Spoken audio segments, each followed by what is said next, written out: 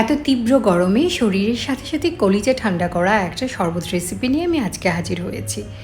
আশা করি এই রেসিপিটি আপনাদের খুব ভালো লাগবে। বাজারে এখন কাঁচা আম পাওয়া যাচ্ছে। কাঁচা আম দিয়ে অনায়াসে আপনি এই শরবতটা করে রাখতে পারবেন।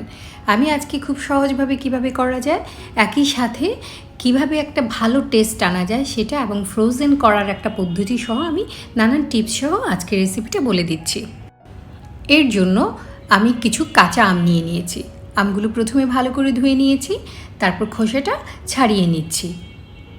এভাবে আমগুলো খোসা ছাড়িয়ে নিয়ে আমি টুকরো করে নেব। যেহেতু এই আমে আটি নাই, তাই খুব সহজে ছুরির সাহায্যে মাঝ বরাবর কেটে নিয়ে আমি টুকরো করে নিচ্ছি। মাঝ বরাবর কেটে নিয়ে একটা চামচ দিয়ে মাঝখানে বিচিটা ফেলে দিচ্ছি। এই কাঁচা আমগুলো দিয়ে শরবত এবং আচার বানানোর জন্য বেশ ভালো হয়। চাইলে এই সময়টাতে আমরা এটা সংরক্ষণ করে সারা বছরের জন্য ফ্রিজে রেখে দিতে পারি। প্রথমে আমগুলো ছোট ছোট টুকরো করে নিচ্ছি। যেহেতু এটা ব্লেন্ডারে ব্লেন্ড করে নিব, তাই যে কোনো টুকরো করে নিলেই হবে।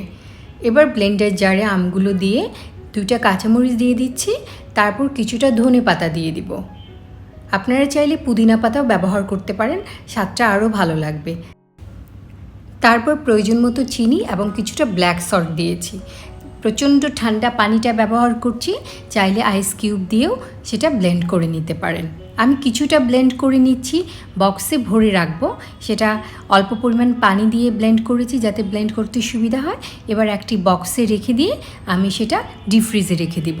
তারপর প্রয়োজন মতো আমি এটা নামিয়ে নিয়ে অল্প করে ব্লেন্ডারে ব্লেন্ড করে জুস করে নিব। আপাতত আমি 3 গ্লাস পরিমাণ জুস বানাচ্ছি, সে কারণে 2টা কাঁচামরিচ দিয়েছি।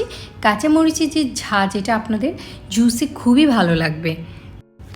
যারা ম্যাঙ্গো পাল্প সহ জুসটা খেতে পছন্দ করেন না, তারা এইভাবে ছেঁকে নিতে পারেন। এবার একটি গ্লাসে আমি এটা ঢেলে নিচ্ছি। তৈরি হয়ে গেল ঠান্ডা ঠান্ডা ম্যাঙ্গো জুস। আপনার ভীষণ ভালো লাগবে। এই কাঁচামরিচ এবং ধনে পাতার যে টেস্ট, এটা এই জুসটাকে অনেক বেশি টেস্টি করে দিবে। আশা করি আজকে ভিডিওটি ভালো লেগেছে। ভিডিওটি ভালো লাগলে চ্যানেলের সাথে থাকবেন।